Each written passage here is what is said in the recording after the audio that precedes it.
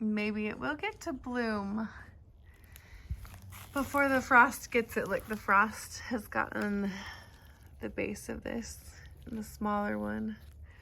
It looks like actually the frost even got it. I don't know how in the world it's pushing through to bloom. Isn't that so pretty? Oh, I'm so excited. I got them in the ground. They don't look very pretty right now, but they'll come up next year.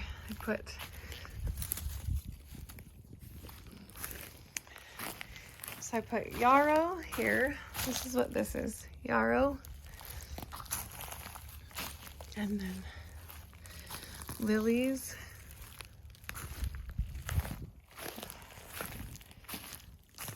And see, the frost has gotten this. This is where this comes, the color right here, variation has come into it.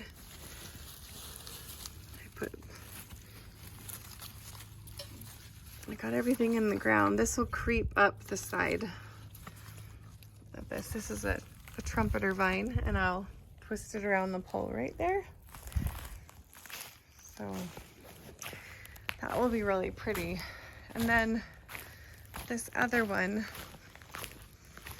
is a viney, but the hummingbirds love it. It was just gonna start to bloom also. It was really hard for them out in the sun, but see, the frost has now gotten the tips of it, so I don't think it'll bloom, but I'll help the old side of this come up around the pole this next year. And then I'll fertilize it and it will bloom. I kind of tried to make the same pattern at every post. Same clump of plants. I did put them close together. This is a low-lying one down on the ground. And then one that goes up. Because I wanted, in between the poles, I wanted there to be enough space so you can just walk right through. I wanted to be able to access the backyard from all sides of this porch area. And when this is cement, then you can just walk right through. This is the only thing that's going to get really quite big. And I thought I left the tag on it over here. Yeah. This is what it is. A thornless double take. It's pink storm. It's called a quince, and that's what it's going to look like.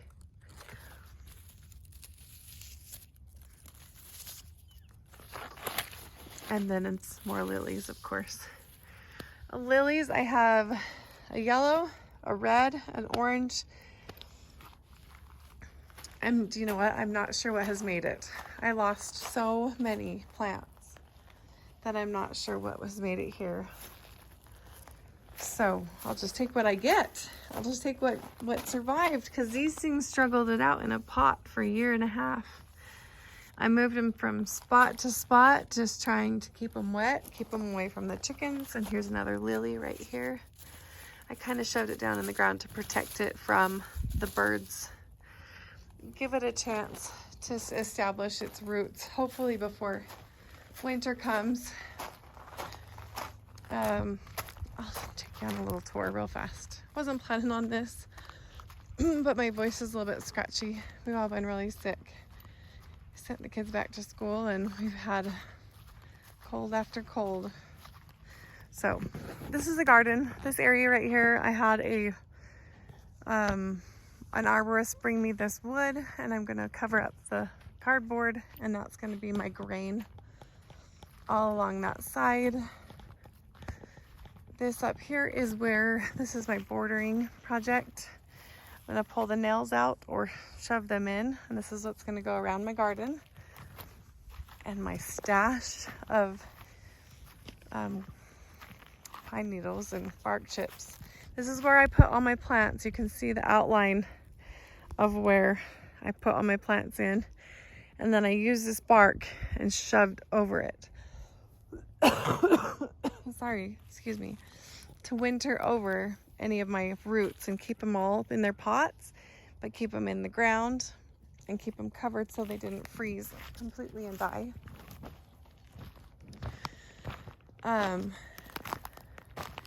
This is my walking onions. I took the heads off of them and I am planting them. This is my start of my raspberries. Last year I had garlic right there, but I'm gonna put my compost at the end of that from now on.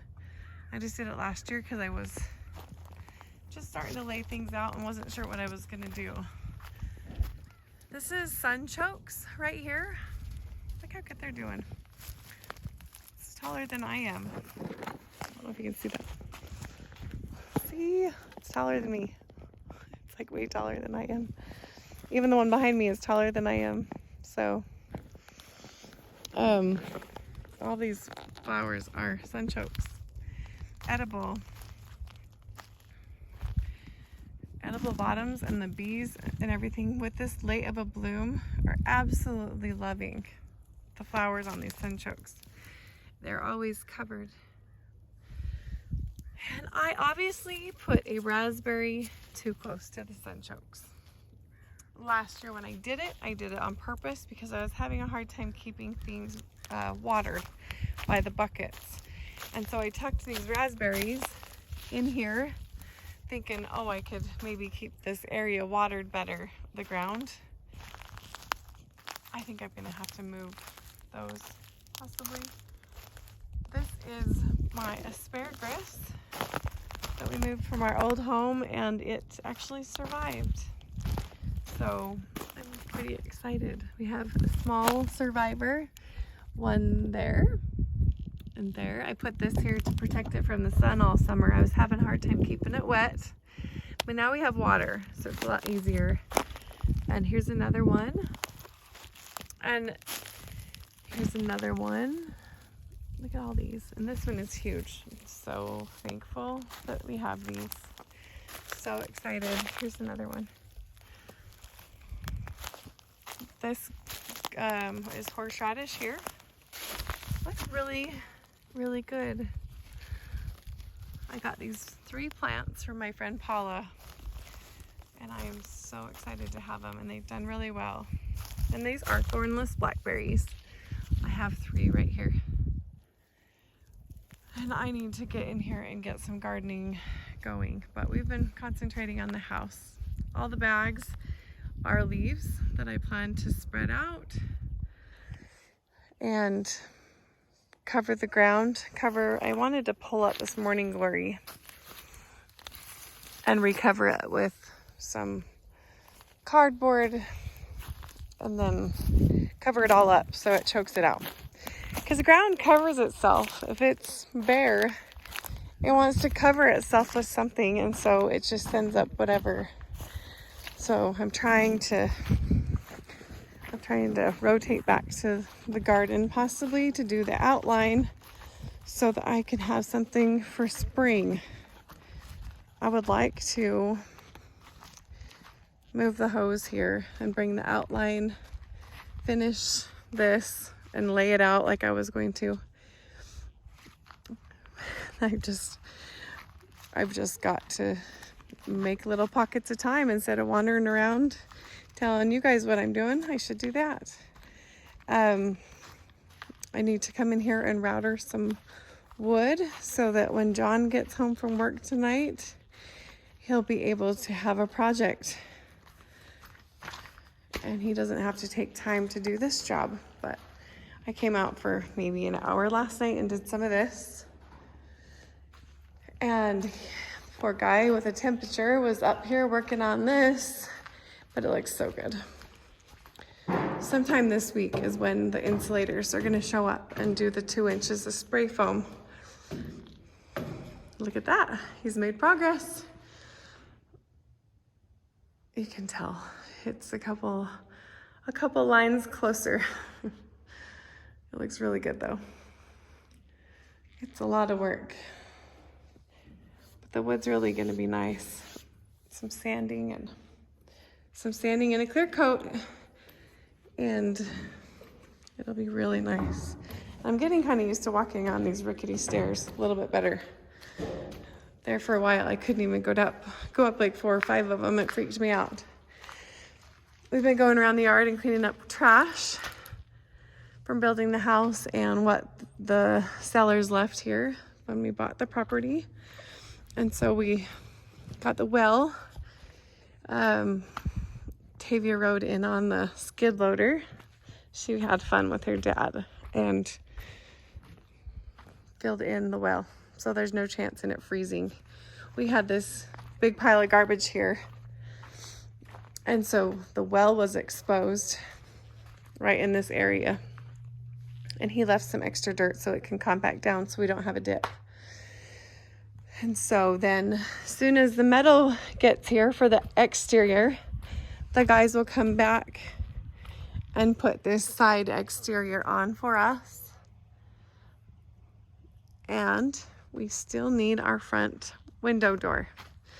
The retractable glass window is what we need. We need it really badly.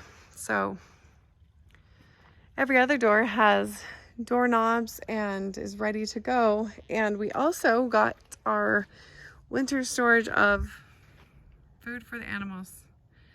And that is a giant relief. Giant relief. So we got that here. We've got it partially covered before the last rainstorm. We found out we need a couple more tarps. Tarps don't last more than a year. And so we do need to buy another tarp or two, something, and get that covered. But that will last us all winter till June of next. Plenty of time for there to get grass growing back there and alfalfa growing for them to eat. So, all right, that was an impromptu walkabout. So I'm gonna get some stuff done today and get moving. The little puppy's growing bigger. He's getting big.